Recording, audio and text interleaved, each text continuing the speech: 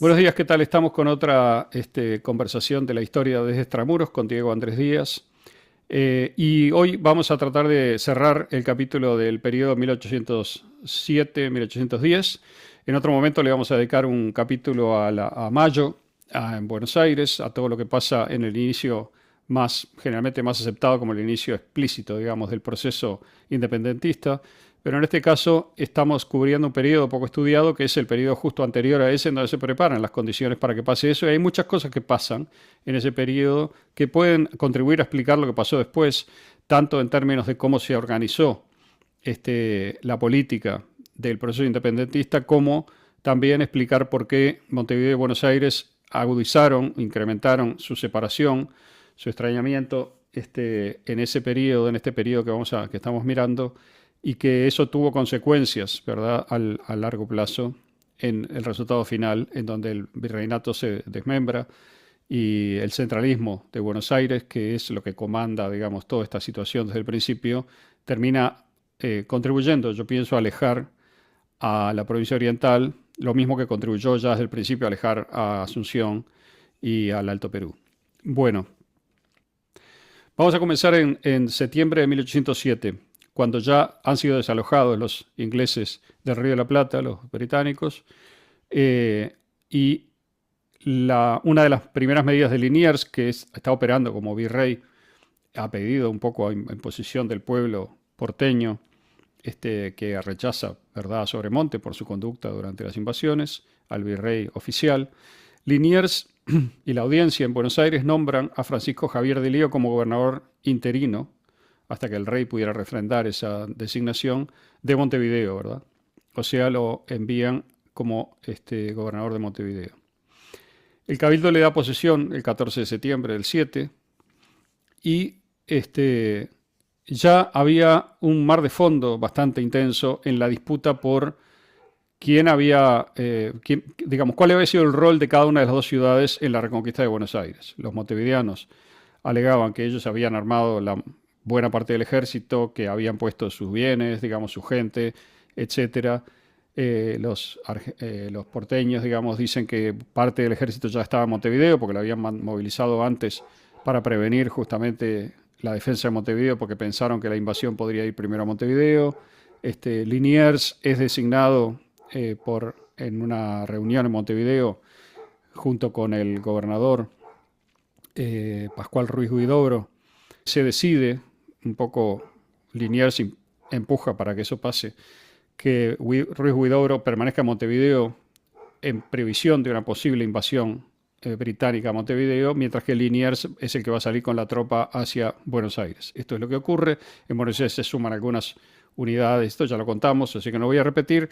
Y la polémica se instala en que tanto Buenos Aires como Montevideo están discutiendo acerca de el mérito de cada una en la reconquista de 1806. Esta situación yo creo que es una pequeña semilla de una actitud que yo creo que se puede rastrear a lo largo de la historia, que tiene que ver con el sentimiento de las provincias frente al sentimiento de la capital. Voy a explicar esto un poquito ya de arranque, porque tiene que ver con dos conceptos que son el concepto de patria y el concepto de nación o sea, el patriotismo y nacionalismo, mejor dicho, ¿no? En aquel tiempo, patria no significa lo mismo que ahora se usa frecuentemente como sinónimo de país o como sinónimo de nación. Patria significaba el apego a la localidad, al lugar de nacimiento, al lugar donde uno nació y la gente lo conoce, al pago, si quieren, también, como se dice. A Y la tierra, a la tierra de tus padres, ¿no? a Que la ahí tierra de viene. los padres, donde están enterrados los padres, etcétera. Esto explica que pudiera haber muchísimos patriotismos dentro de una misma nación, ¿verdad? O sea, dentro por lo menos de una misma identidad, que sería la española. Habría patriotismo montevideano, patriotismo, se puede decir de, no sé, de Corrientes, de Santa Fe, de Córdoba, etcétera, etcétera, en relación eh, con el lugar de nacimiento y con el pago chico, pero también un sentimiento de pertenecer a España, ¿verdad? Las dos cosas coexistían. Claro. Esto es un fenómeno antiguo que no tiene en ese sentido nada raro, salvo que se ha un poco borroneado porque aparece una nueva configuración mental, digamos, conceptual, una constelación, podríamos llamarla ideológica, que es la de la nación y el nacionalismo. Y la nación y el nacionalismo tienen todo que ver con la emergencia, como hemos discutido ya y vamos a discutir hoy también, de las repúblicas centralizadas, ¿verdad? El centralismo político que viene a partir primero del absolutismo, es decir, tiene un gran impulso con el absolutismo. Podríamos decir que hubo centralismo en Roma, por ejemplo, y que ese centralismo se rompió durante la época feudal, y que luego en el periodo moderno el proceso se revierte y se empieza a acentuar cada vez más el centralismo político, que tiene, por ejemplo, un ejemplo enorme o destacado en Francia, en la Francia ya del siglo XVII y XVIII. Y en España también, con los Borbones, se va dando ese mismo fenómeno, que es muy francés también, ¿no? en su inspiración, pero es un fenómeno generalizado que se va dando de toda Europa y que Napoleón va a impulsar de una manera muy, muy, muy grande. Acá vemos una diferencia también entre la tradición inglesa de monarquía, ¿verdad? Y monarquía constitucional, etcétera, que viene de antes, ¿verdad? De este proceso, o sea, que se va consolidando en paralelo, pero aparte. Y más en el mundo continental tenemos este impulso más decidido y definido a la centralización. España va a quedar un poco en el medio, porque tiene una tradición bastante descentralizadora, muy descentralizadora, yo diría, en donde los diferentes reinos americanos, digamos, estaban en pie de igualdad en materia legal con el reino peninsular, con los reinos peninsulares, perdón. Y eso es una semilla de estas dos actitudes que yo veo, en donde pienso que el patriotismo es más defensivo principalmente, tiene que ver más con defender el pago frente a ataques y sobre todo contra un poder que lo quiere pasar por arriba. Eso es la clave de lo que yo veo como patriotismo defensivo frente a poderes centralizados que lo quieren avasallar. Del otro lado, el centralismo con todos sus argumentos racionales de racionalización, de orden, de organización de los recursos, de peso creciente del Estado, es más agresivo. El nacionalismo es mucho más de ir a, digamos, conquistar y sojuzgar, en mi opinión, Sí, sí, sí, a los demás. comparto absolutamente. Entonces ahí tenemos que muchas veces cuando se habla del orden federal no se entiende bien por qué es tan importante la distinción. Yo creo que estamos bebiendo de un antecedente anterior que tiene que ver con esta idea y con la idea de los fueros, ¿verdad? Que es una idea muy hispánica y creo que puedo leer un breve antecedente que es importante, ¿no? En 1387, fíjense, estamos en el siglo XIV, ¿verdad?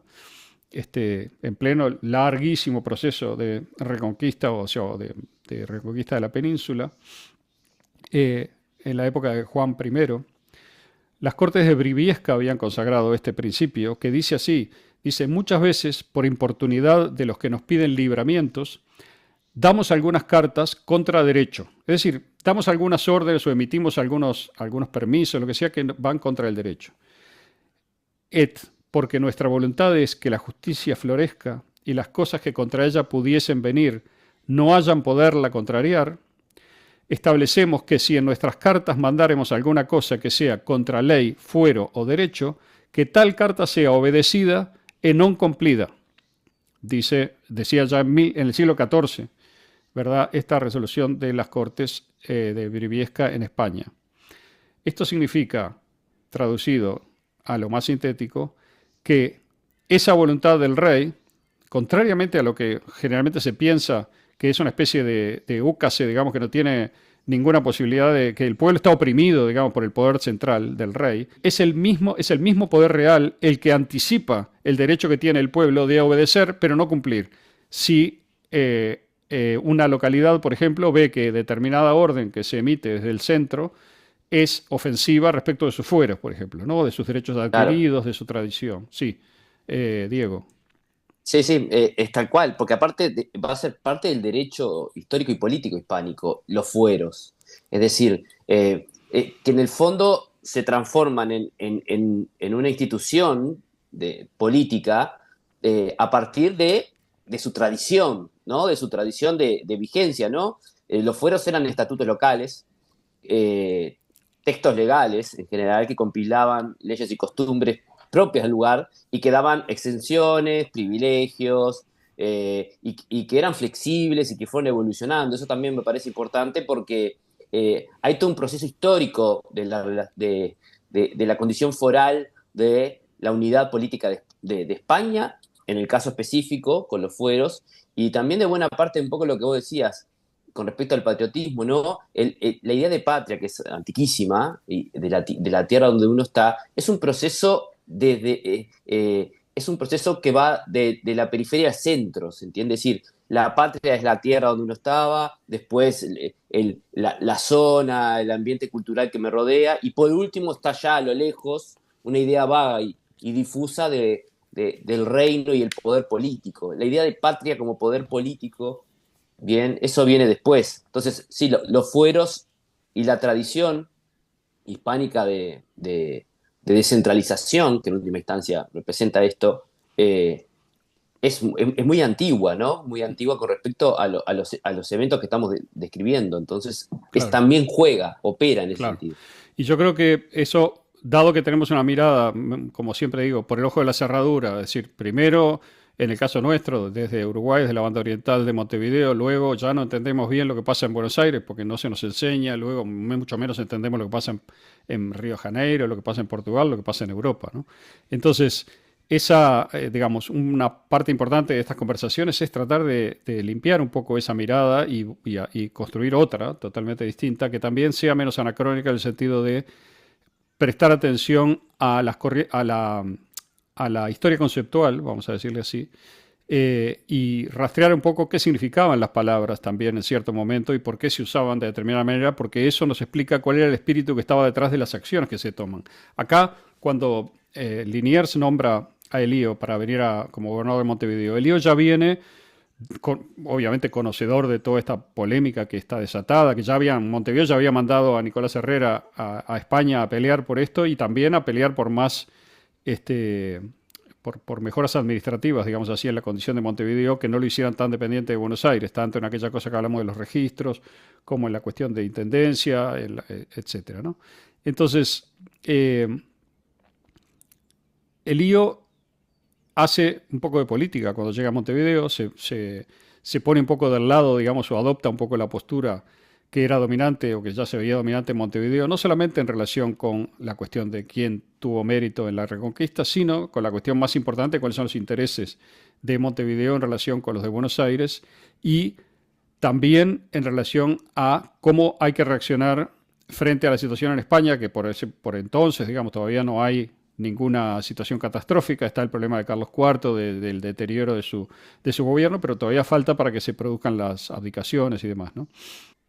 Viene el año 1808, yo estaba tratando de hacer una síntesis de los sucesos, en mayo bueno, primero en el año 1808 ocurre todo lo que ya describimos la vez pasada, la abdicación primero de Carlos IV, presionado dentro del motín de Aranjuez, luego la situación, antes de eso, la situación que habían puesto las tropas napoleónicas ocupando la península, el descontento popular, el descontento popular con la economía, y bueno, luego Napoleón invita y finalmente casi secuestra, digamos, a Fernando VII y luego a Carlos IV, los reúne y lo obliga a Fernando VII a abdicar para Carlos IV y Carlos IV a abdicar para Napoleón, o sea, abandonar el mando. Y estas cuestiones que ocurren en Bayona llegan eventualmente al Río de la Plata. Y acá es donde empieza el movimiento más fuerte de lo que queremos describir, que pone de manifiesto un poco cómo están los partidos y las cosas que después creo que lo vamos a analizar con más detalle. Yo estoy nada más que resumiendo los hechos. Lo primero es que ya en mayo de 1808, el 27 de mayo, se crea la Junta de Sevilla. Hay otras juntas que se crean incluso antes, la de Asturias, la de Valencia, etcétera, se van creando. ¿Y qué quiere decir que se crea una junta? Que frente al vacío generado por los hechos de las abdicaciones de Bayona, el pueblo, bueno, acá hay una discusión acerca de dónde va la soberanía cuando no está el rey, ¿verdad? Y Exacto. eso quizá, Diego, si querés ahora poder introducir ese tema, podemos, aunque no sea Bien, muy largo, ¿no? claro, sí. A ver, desde la Baja Edad Media hay todo un debate con respecto a los dos cuerpos del rey, ¿no? Está el cuerpo natural, el mortal, el que muere, y el cuerpo político, ¿no? Entonces, cuando se dan los sucesos que un poco planteabas, en la tradición hispánica, en la monarquía católica, el rey es legítimo por doble vía. la teológica, la histórica, que todo poder viene de Dios, y la histórico-jurídica, que tiene que ver con un pacto histórico entre el rey y los reinos, ¿no? En los cuales ejerce su soberanía.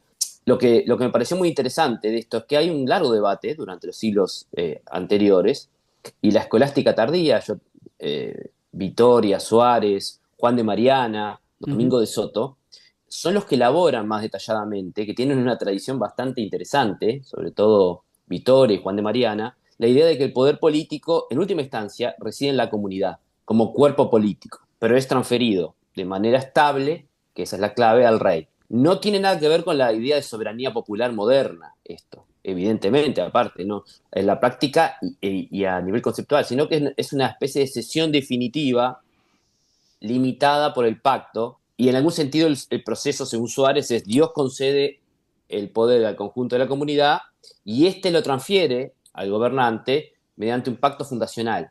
Esta tradición de la escolástica tardía española, en algún sentido, salvaguardaba la idea de monarquía hereditaria, en algún sentido, porque no cesaba con la muerte del monarca, pero planteaba la idea de la sociedad política previa al rey, que eso es un factor interesante y Claro. el rey, en algún sentido, firmaba ese pacto, y de ahí viene el juramento del rey, de respetar las leyes y los fueros de cada reino, ir a jurar fueros a cada reino, ¿bien? Y se construye a partir de estas tradiciones la idea de la representación de ese poder, que son las cortes, los cabildos y los cuerpos estamentales de, de, de ese momento. Incluso Juan de Mariana, que lo formula con claridad, habla de que teóricamente es válido para la escolástica la resistencia legítima, y él utiliza el término tiranicidio cuando un rey incumple los fueros locales. Esta es una Bien, larga tradición por la cual también, dado que los jesuitas empleaban este punto de vista y hablaban de tiranicidio directamente cuando era justificado,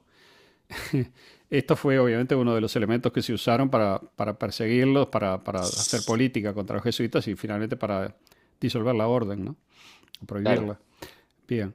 Entonces, tenemos, como se ve, una tradición en donde el poder, el orden divino, digamos, pasa a través del pueblo al rey y no al revés, que es lo que va a pasar en el absolutismo, ¿no? En donde el proceso, digamos, va a ser el de la concentración y la conexión directa del monarca con Dios, supuestamente sin ese pacto. Justamente la disolución del pacto tiene que ver con la acentuación del centralismo.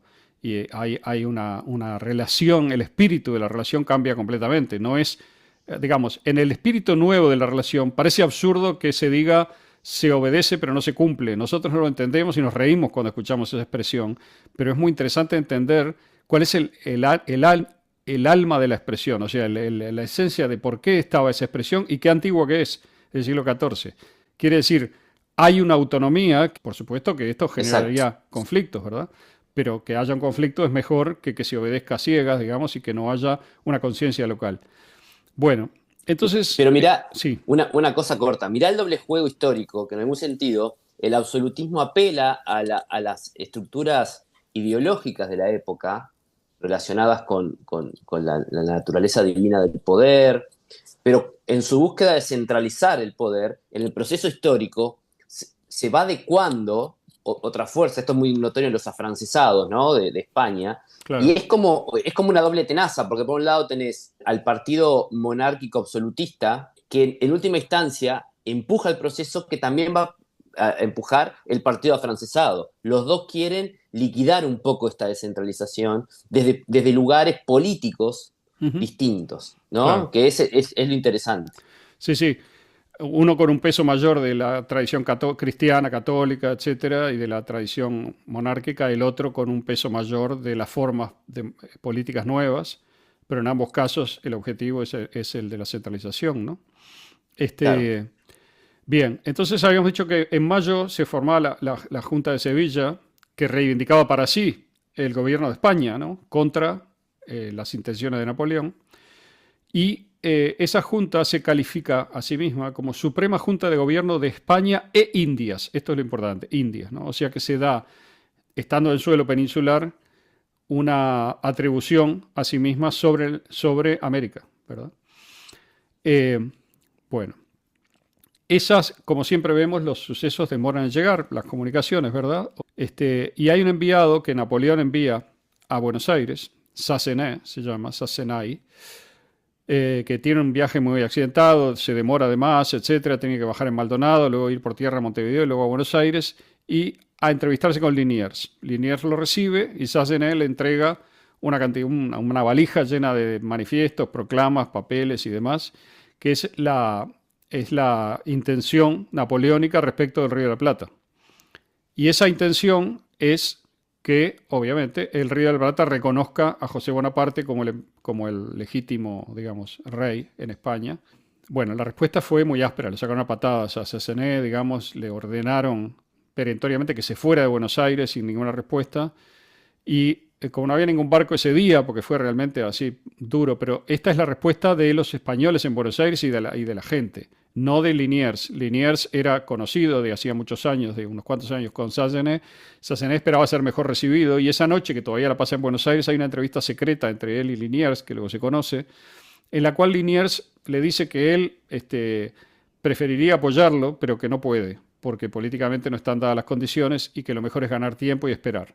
Entonces, Liniers está en una situación difícil porque ya todo el partido español y el partido Patriotas Montevideanos y demás empieza a verlo como este está con Napoleón, este está con los franceses, este es francés, este no. O sea que hay un inicio de resistencia más seria a Liniers. Liniers, en ese contexto, el 21 de agosto, le jura fidelidad a Fernando VII, medio como para ganar tiempo. Fernando VII no está, ¿no? O sea que jurarle fidelidad Sí. a Fernando VII es bastante barato, en el sentido de que no pasa nada, ¿no? Fernando VII no va a salir de Francia, está preso, secuestrado, digamos, de una jaula de oro, pero no tiene acceso al poder y en España está los disturbios, digamos, ya fue rechazado formalmente, digamos, militarmente los franceses que van a volver, ¿no? Pero en este periodo hay una retoma del poder, digamos, la corte todavía está en Aranjuez, la corte general, ¿cómo se llama? Suprema, ¿no? Sí, La Junta Suprema, la Junta Suprema. que es la que está mandando, digamos, ¿no? En España Y, dentro de esa situación inestable. Sí, en agosto también del año, estamos en el año 8 todavía, llega de España Manuel Goyeneche, este, que es un americano que está en España y luego viene, digamos, a promover, un militar, ¿no? Viene a promover el levantamiento contra la dominación napoleónica, ¿no? En América, levantarse contra la dominación napoleónica, está en Montevideo, en donde ve que está todo fantástico, y que el rechazo a Napoleón es total. En Buenos Aires el pueblo está igual también en esa tesitura, ¿no? Y entonces empieza a surgir entre el partido más español de Buenos Aires la idea de poner a Liniers, ¿no? De sacarlo. Y acá hay un conflicto entre americanos y españoles en Buenos Aires. Generalmente se lee así, se podría profundizar esto un poco más. Álzaga, que es un comerciante español muy importante, líder político también de esta visión, viaja a Montevideo para promover el asunto de Montevideo, ver si tiene apoyo, etcétera. Y en ese momento yo dije que Sassenet había llegado en septiembre, en agosto se conocen las noticias de lo que pasó en mayo, en septiembre llega Sassenet y se corre o se profundiza la idea de que Liniers está arreglado con los franceses, con Napoleón. Con lo cual, ese movimiento es visto desde Buenos Aires y Liniers destituye el lío y nombra a Juan Ángel Michelena, otro funcionario, para que venga a ocupar su lugar como gobernador de Montevideo. Esto es resistido en Montevideo, es decir, se da la primera situación de abierta insubordinación de Montevideo contra el poder del virrey Liniers en este caso.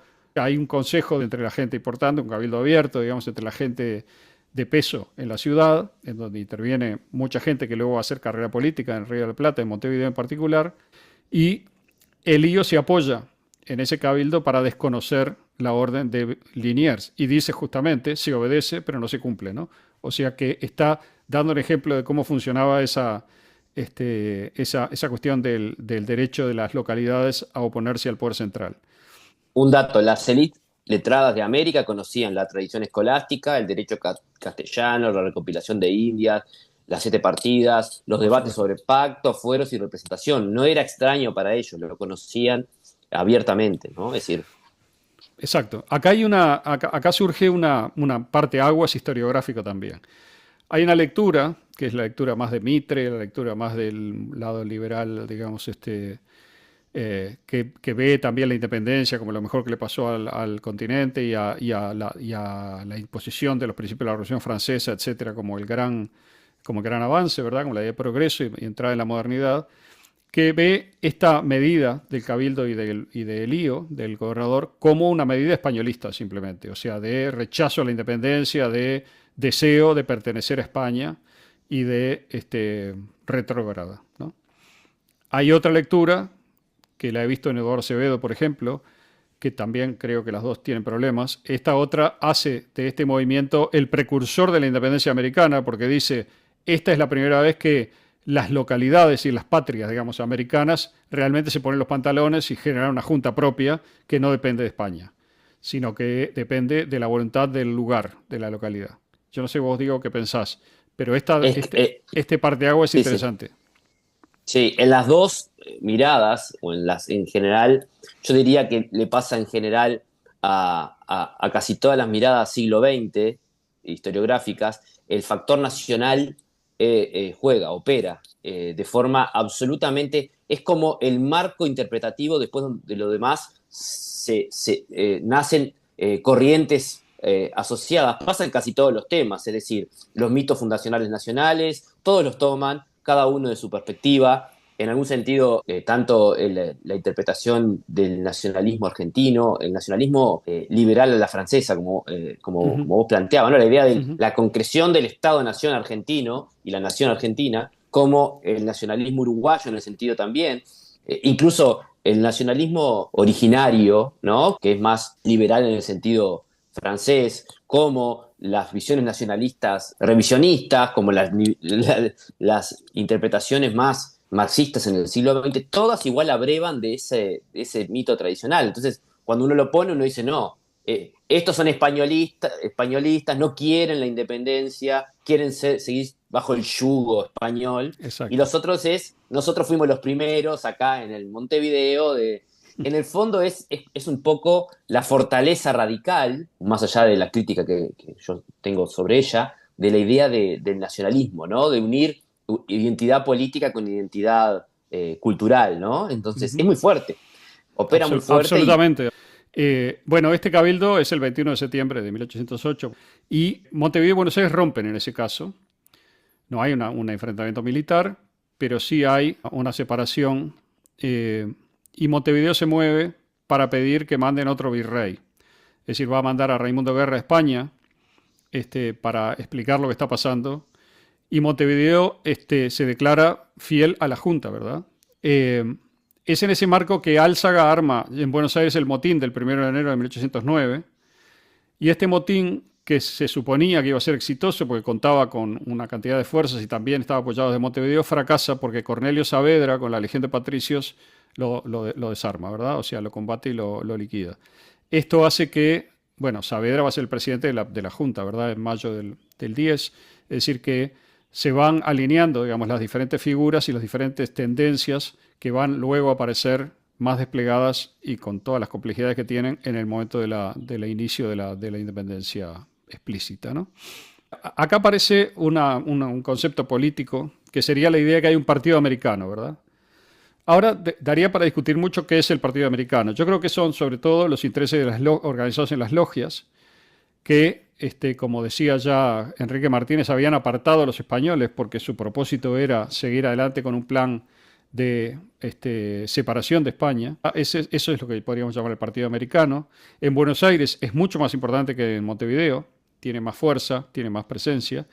Y acá interviene en parte alguien que ya hemos visto en otros momentos, que es Nicolás Rodríguez Peña, junto con otros que han estado en contacto con los ingleses ya desde el momento de la invasión. Nicolás Rodríguez Peña ayuda a Beresford a huir. Beresford después va a tener una gran incidencia en los hechos de Río de la Plata desde Brasil. Y bueno, y tenemos entonces ese hilo, que no puedo entrar ahora en los detalles, de continuidad en los trabajos de la logia, que siguen consolidando la idea de ir por la independencia, de ir por la ruptura del Imperio Español de ir por la separación y el cambio de mando, yo diría, pero dentro de un orden político que todavía no está claro, no sabe cuál va a ser, y hay partidarios de la monarquía constitucional, hay partidarios de entregar, digamos, la soberanía a alguno de los monarcas europeos, etcétera. La indefinición del orden político que se está emergiendo en esta crisis, ¿no? Es interesante en ese plano porque me da la sensación que ahí se articulan un montón de partidos diferentes. Llamémosle partidos o Ujú. conjunto de acciones con intereses, ¿no? Porque vos mismo referiste, están los afrancesados, ¿bien? Que traen, ante la crisis de legitimidad, tienen la idea de la legitimidad por utilidad y la nueva legalidad está asociada a que tienen una idea que el sistema borbónico está agotado, es corrupto, ineficiente, y en última instancia José I, ¿no? Pepe Botella puede ser un legítimo rey si garantiza todo lo que aprendieron de sus estudios de la administración francesa, ¿no? Exacto, Orden, reformas, bien claro. común. La legitimidad se desplaza del origen dinástico a la utilidad pública, ¿no? Ellos en el Estatuto de Bayona ya están hablando de la Constitución y en último sentido se bancan, validan la aventura napoleónica, entendiendo que ahí está al alcance de la mano un orden centralizado, racional y moderno, Es que ¿no? no hay duda que esa era la bandera, digamos, de los americanos, de esos afrancesados que formaban también parte o van a formar parte eventualmente del Partido Americano, ¿verdad? Es Exacto. una de Por las eso digo, líneas, es una de las líneas, no la única, ¿no? es una de las líneas, porque en España están las tradicionalistas, que en el fondo son relativamente tradicionalistas, porque ya hablamos antes de que antes existe todo una historia de descentralización, pero los tradicionalistas son los custodios de los derechos de Fernando VII, ¿no? Está la Junta Central ahí, que lo que quiere es que no se le escape la vaca de atada, ¿no? Es decir, Fernando Exacto. VII sigue siendo el único rey legítimo, las Ujú. juntas no son soberanas, sino depositarias o conservadoras de la soberanía, Exacto. y es una retroversión de la soberanía por una medida de necesidad coyuntural, no es un proceso de devolución revolucionaria del poder. Entonces esa gente va a ser un partido que va a ser débil acá, pero que también juega su rol, en el sentido de que esto es coyuntural, no soltamos Bueno, nada. pero Estamos, esa parece ser la lógica con la que se mueve Montevideo, ¿no? En Montevideo parece ser mayoritaria esa visión, quizá ayudada por la coyuntura de la inquina con Buenos Aires también, ¿no? claro, sí, sí, sí, Pero entonces, claro, porque muchas veces cuando se habla de los españoles en el Río de la Plata y del Partido Español, como se habla, ¿no? También se está hablando, que esto ya lo tratamos, de aquellos comerciantes y aquellos intereses, digamos, en el Río de la Plata que tienen mucho que perder con un cambio de orden. Es simplemente eso. Y ahí está claro. Álzaga y ahí están algunos propietarios de tierras, digamos, importantes, tanto del lado porteño como montevideano y otra gente. El pueblo, en general, ve con horror la idea de pasar a pertenecer a Francia. Eso también es importante, ¿no? Porque Francia en ese momento ya tenía, digamos, desde hacía tiempo la fama de, bueno, todos los horrores que habían ocurrido de crueldad y de violencia, la Revolución Francesa, la idea del anticlericalismo y del rechazo a la religión. Todas esas cosas venían asociadas de una manera o de otra a la figura de Napoleón y eso se veía como ser entregados al demonio, ¿no? En cierto modo, por mucha Tal gente. cual, así. Este, Exacto. o sea que esto también, acá tenemos ya algún delineamiento de algunas de las fuerzas que están en juego.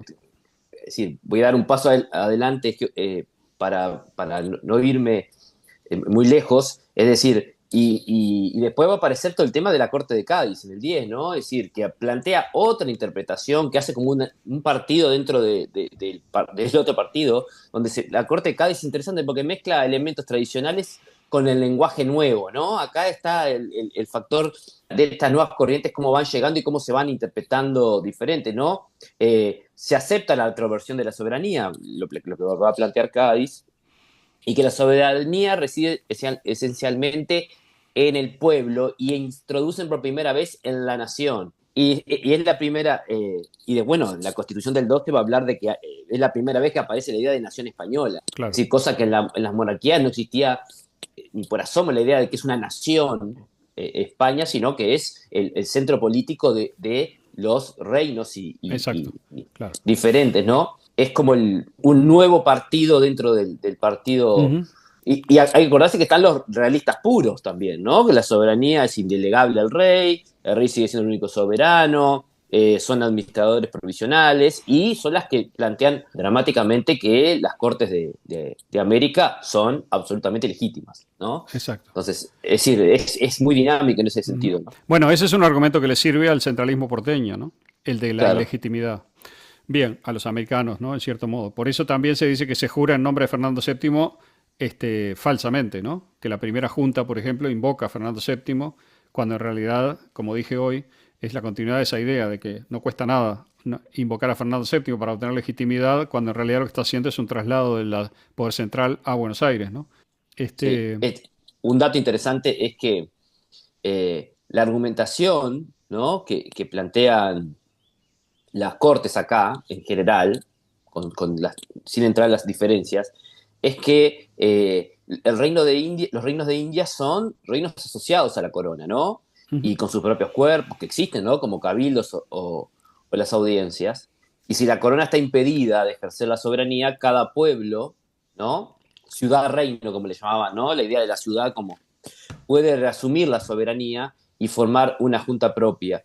Esa argumentación es escolástica, llamémosle, que va a ujú. ser utilizada en algún sentido por, por estas nuevas ideas como argumento inicial que después se transforman en un argumento de la soberanía nacional muy modernista en ese sentido. Hay un juego de cómo articular los discursos, en algún sentido, en un principio se ponen más lejanos en el tiempo en la argumentación para sacarse encima al poder centralista español, de las Ujú. juntas de allá, pero rápidamente cuando los hechos son tan acelerados y dinámicos, llamémosle de alguna forma, empieza la retórica mucho más moderna y relacionada con el concepto de soberanía, del revolucionario, el concepto revolucionario francés, ¿no? De la idea de la soberanía Exacto. nacional, el cuerpo de la nación, etc.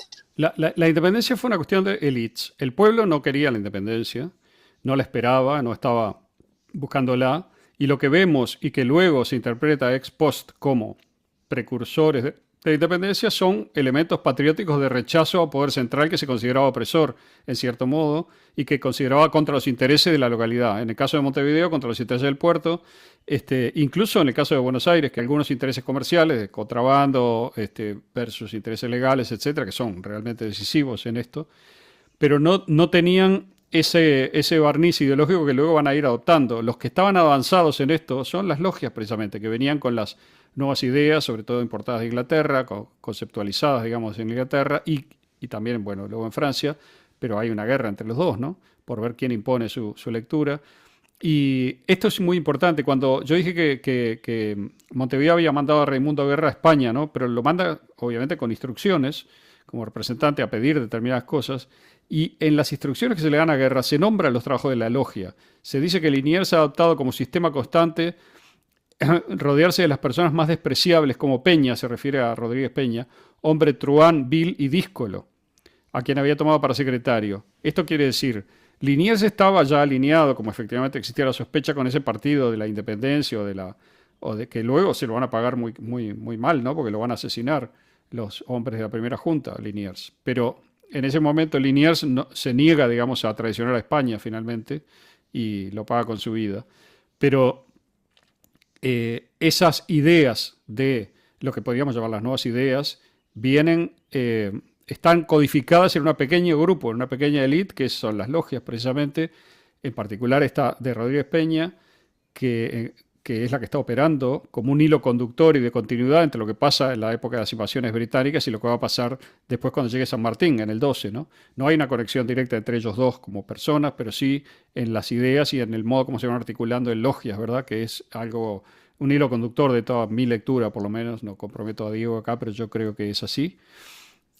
Bueno, No, entonces, es sí. fundamental, evidentemente. Porque aparte, una cosa que queda ahí explícita es que se juxtaponen las ideas y las argumentaciones y las tradiciones invocadas para los procesos, para los distintos intereses y procesos que se van poniendo uno encima de otro, que en general el nacimiento limpio de las naciones modernas después soslayó todo esto, porque en última instancia es con el diario del lunes abajo el brazo, decir, bueno, acá tenemos las repúblicas americanas, naciones modernas, y ya está. Pero el proceso fue mucho más complejo y mucho más variado en el sentido de las argumentaciones, de que no tenían claro hacia dónde terminaba esto. Y habían varias posibilidades, ¿no? Dividir todo en el dualismo de estados nacionales modernos frente a estados, frente a una monarquía arcaica, es ridículo, es parte del discurso nacionalista que van a tener las naciones de América, que tiene sentido en el contexto histórico, pero Sí, hoy me sí. parece que... Proyecta su sentido hacia atrás de una manera indebida, digamos, inválida, ¿no? Si uno empieza a analizar la historia conceptual, es lo que decíamos hoy. Claro, Bueno, en febrero se nombra del 9, ¿no? Estamos ya, ha fracasado el motín de Álzaga, se nombra en Sevilla a Baltasar Hidalgo de Cisneros para que venga a ocupar el cargo de virrey, a desplazar a Liniers. Cisneros va primero a Montevideo, mide un poco la temperatura del agua, viaja a Colonia, o sea, no se larga a Buenos Aires inmediatamente, exige garantías, y Liniers ahí decide renunciar, pese a que los americanos le pedían lo contrario, pero hay una orden que viene de España y Liniers, para no faltar a esa lealtad, renuncia, es lo que yo decía, ¿no? El 30 de julio entonces del 9, Cisneros se constituye como virrey en Buenos Aires, va a durar menos de 10 meses, ¿no? En el cargo. Los españoles entonces, acá tenemos una cuestión que la mencioné al pasar, no sé si la mencioné, si no, si la mencioné, este, lo hago muy sintéticamente, que es, existe la Junta Central Suprema Gubernativa del Reino desde el 25 de septiembre del 8, que está en Aranjuez, como decía, y que va a ser trasladada a Sevilla en diciembre del 8, ¿no? Esta junta es la que luego va a pasar a Cádiz, a la, ¿cómo se llama? La Real Isla de León, que es una isla en la bahía de Cádiz, en enero del 10, y que va a dar ese giro que decía Diego, de adoptar un pensamiento distinto. ¿Cuál es la crítica que se le hace al pronunciamiento de Montevideo y la lealtad a la Junta Suprema? Lo que se dice es, si el argumento es que los reinos de América son dependientes del rey y los reinos de España son dependientes del rey, eso no significa que el reino de América son dependientes de los reinos de España o del pueblo de España, con lo cual no tiene sentido jurarle lealtad a una junta elegida por una parte de España, digamos, por una región, por una zona, o ni siquiera la Junta Central Gubernativa, porque esa será peninsular, pero no es la Junta Central Gubernativa de todos los reinos, ¿verdad? Entonces, claro. donde surge este argumento, que es que la lealtad, digamos, de Montevideo es verdaderamente a la península y no al rey. Y, o sea, al orden español, mejor dicho, para decirlo más rápido. Efectivamente, Montevideo apenas llega Cisneros con la orden de asumir como virrey, disuelve la junta que se formó en septiembre del 8, es decir, que Claro. obedece al gobierno central español. Acá lo que hay es Es, un sentimiento español y un sentimiento de patria local de Montevideo contra el sentimiento centralista de Buenos Aires. Sí, claro, pero mirá qué interesante cómo es el doble juego en algún sentido de que los procesos son complejos, porque en algún sentido eh, la gente que se quiere sacar el centralismo español, ¿no? Es decir, la pretensión de construir una monarquía moderna y absoluta, ¿no? De las fuerzas españolas, en algún sentido dicen que el gobierno de Fernando VII lo mantienen en sus manos, ¿no? Las juntas españolas. Y los de acá invocan al pasado, es decir, invocan, no, si el rey no está, las juntas no nos gobiernan desde allá, para ir hacia el futuro, llamémosle, que es la concreción de estados soberanos modernos. ¿Se entiende? Es decir, ese es un poco el doble juego, es decir, apelan a Fernando VII para liquidar, porque hay como, ¿se entiende? Hay tres como discursos. Está el discurso de las viejas tradiciones descentralizada de la monarquía española, está el discurso de la monarquía borbónica nueva, de monarquía absoluta centralizada, ¿no? ujú, Afrancesada, y está esta nueva tradición republicana que ni se ve todavía, ahí va. pero que para operar políticamente eh, refiere a la tradición antigua, ¿no? Cuando, es decir, las juntas acá se legitiman con una fórmula ambigua, ¿no? Es decir, proclaman fidelidad a Fernando VII, pero cuando hacen ese acto de proclama de fidelidad no es un acto inocente. Lo que están diciendo es que es la fidelidad hacia Fernando VII y en su ausencia el gobierno efectivo vuelve a el pueblo, llamémosle. No hay un intermediario entre ellos como son las cortes en España. Y claro, ahí está el juego, es decir, no, vos no me dirigís desde allá, exacto. ¿bien?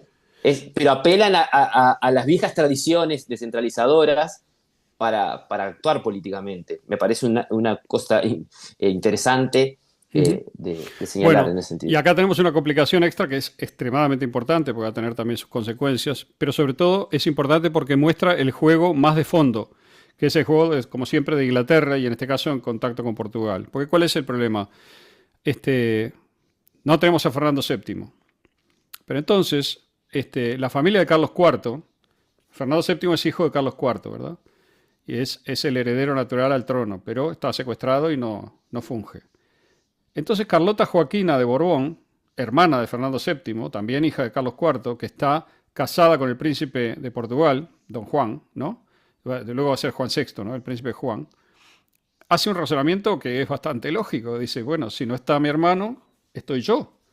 Por lo tanto, puedo asumir, digamos, el rol de reina en estas provincias americanas que son españolas y que están huérfanas de monarca. Esta idea es simpática para varios vinculados con Inglaterra. Inglaterra tiene una división interna en esto. No, yo diría el nivel más alto nunca se aceptó, pero en niveles intermedios hay apoyo y la corte portuguesa, que no hay que olvidar que está en Brasil, ¿verdad? Porque se ha mudado un poco en un proceso complejo, digamos, en el cual termina viajando en barcos ingleses, pero también hay una confrontación con Inglaterra, ¿verdad? Antes, pero no importa. Inglaterra convence, digamos, a la corte portuguesa de que viaje a América. La corte portuguesa se establece en América y esto va a ser la clave para que Brasil sea un país único, ¿verdad? O sea, ese unitarismo organizado a través del imperio nunca fracasó en Brasil y hoy tenemos un país unificado, mientras que el imperio español fracasó en América y por eso tenemos 10 repúblicas, ¿no? O 9, no sé cuántas son. Bueno, entonces, desde el punto de vista formal, ¿no? Esa idea de Carlota no es descabellada, ¿no? Habría sido una salida dentro de la misma familia real, ¿no? Porque ella ya estaba en Brasil, habría unido además las coronas de España y Portugal contra un enemigo común, que era Napoleón. Y los ingleses que ya sabían que no podían conquistar, acuérdense que la consecuencia de las invasiones británicas es esa conciencia, ¿verdad? De esto no tenemos que llevarlo así. Es ver cómo actúa respecto a esto. ¿Quiénes están trabajando para Inglaterra? Ya lo dije, bueno, Rodríguez Peña, ¿no? Bueno, Padilla, Zarratea, todos ellos trabajan en las logias, digamos, y son contactados por Bereford en el año 6, Donado, Castelli, o sea, gente de la primera junta, ¿verdad? Y el comandante Sidney Smith, que está en Río, británico, ¿no? Apoya la idea de Carlota, es su gran apoyo. Es un apoyo británico, ¿no? Pero está Lord Que no Stranford. es, Pero está Lord que Stranford, no es sí. descabellada, ¿no? No, Que no es no, descabellada en la tradición política de las dos cabezas de la monarquía, es decir, los dos cuerpos del rey, ¿no? La idea de que la dignidad real no cesa ni con la muerte, de ahí viene el término el rey ha muerto, viva el rey, ¿no? Es decir, exacto. la dignidad real no frena, esto es medieval, ¿no? Es decir, ni Ujú. cuando muere, es decir, se continúa en el heredero o en el que esté, y en este caso tenía ahí un argumento bastante sólido. La iniciativa de Carlota Joaquina es bastante bien vista en Montevideo por un poco de gente. En Buenos Aires es trabajada también. ¿Y qué pasa? Los ingleses saben, o sea, tienen sus miras, digamos, claras respecto del Atlántico y de ninguna manera quieren consolidar el poder español peninsular en América. Lo que haría esta solución sería consolidar ese poder. Es más, lo haría mucho más poderoso, porque tendrías, como dije recién, una unidad mayor entre Portugal y España que va totalmente contra los intereses de Inglaterra, ¿no? Entonces, Carlota escribe un manifiesto para presentarse con él en Buenos Aires y lo somete a consejo, ¿no? En donde está Smith, está el ministro de Juan, que es se llama el conde de Galveas, que es, o Galvias, que es el ministro de quien va a ser de quien es el príncipe regente. Está Lord Stranford y está Don Juan, el propio Don Juan. Entonces, tanto Galvias como Smith apoyan el memorándum, pero inesperadamente Stranford dice no, con lo cual da vuelta a Juan, que le quita apoyo a su propia esposa, digamos, que hasta ese momento la había apoyado completamente, con lo cual fracasa un poco en ese momento el plan, ¿no? Y de ahí en adelante se va a seguir hablando de él. De hecho, en Montevideo llega una misiva de Carlota diciendo, bueno, proponiendo el plan y diciendo que va a visitar Montevideo porque quiere conocer a la gente, un poco y entrar en contacto. Y Montevideo le responde de una manera, yo creo, bastante prudente, que le agradece muchísimo, que la idea no es mala, pero que mejor no venga, porque si viniera, vendría acompañada, digamos, vendría obviamente con una comitiva militar, ¿no? Entrarían tropas, digamos, portuguesas en Montevideo y eso no era conveniente. Y bueno, eh, Claro, la idea, sí, es decir, la idea británica, que no es, que era, que fue la idea francesa y española en un plano, ¿no? De buena parte del siglo XVIII y ahora el XIX se manifestaba la idea de que la competencia interimperial supone socavar políticamente y con acciones casi siempre eh, de diplomacia en sus distintos ámbitos el poder imperial del otro, ¿no? Porque esto es, es, es un poco lo que se vio en la Guerra de los Siete Años que hablamos en el primer encuentro, ¿no? La idea de que la mejor forma de complicar la vida al imperio que me compite es alborotarle y dividirlo, ¿no? Alborotarlo y dividirlo, es un ahí poco está. el esquema. Exacto. Y bueno, y hay, sintéticamente, porque tenemos que terminar ya por hoy, pero lo que pasa luego de que Cisneros se constituye en Buenos Aires es que hay, a semejanza un poco de la Junta de Montevideo, aunque también se puede decir que en contrario a la Junta de Montevideo, en varios lados, en La Paz, por ejemplo, porque lo que pasa es que también hay una convocatoria de diputados que hace la Junta de Sevilla y hay ciudades en América, Quito o Charcas, por ejemplo, que se sienten disminuidas porque no se les da una representación y, y surge también un sentimiento, eso contribuye al sentimiento americano anti-junta, digamos, ¿no? Esto es un matiz que es importante. En La Paz se construye una junta que proclama lealtad a Fernando VII y que es disuelta de la manera más cruel por Goyeneche y su ejército, aquel Goyeneche que había llegado a Montevideo en agosto del 8, que pasa a La Paz y bueno, aplasta todo y no solamente eso, sino que pasa por las armas a un montón de gente, hay degollamientos, es espantoso. La violencia esa llega a conocimiento del Río de la Plata, obviamente, y es, junto a otras situaciones, uno de los argumentos que va a esgrimir la gente de Mayo para avanzar, en los americanos, digamos, en Mayo para avanzar ya no con Carlota Joaquina, sino con la idea de instalar una junta que se jura fiel a Fernando VII, igual que la de La Paz, pero que eso significa rechazo del poder real en España. Eso es lo que significa, ¿no?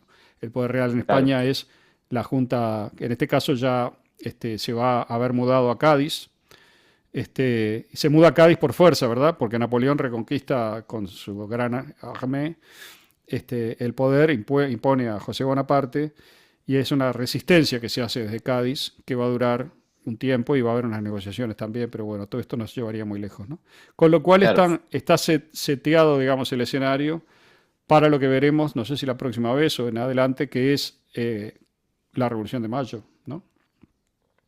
Sí, sí, sí, sí. Hay un montón de factores que son muy interesantes para ver en breve ese tema. Bien, muy bien, bueno, entonces por hoy les agradecemos, les recordamos que si quieren, si les interesa el trabajo, digamos, se suscriban y que comenten también, porque las dos cosas ayudan a promover estas conversaciones para que lleguen a más gente. Y también que entren a Extramuros, extramurosrevista.com, en donde además si quieren apoyarnos por una muy módica suma mensual, pueden hacerlo. Ahí tienen una ventanita, una faja roja en donde si tocan van a ver las formas que hay de apoyarnos. Bueno, gracias a todos. Nos vemos la próxima vez. Diego. Bueno, gracias y nos vemos en la próxima.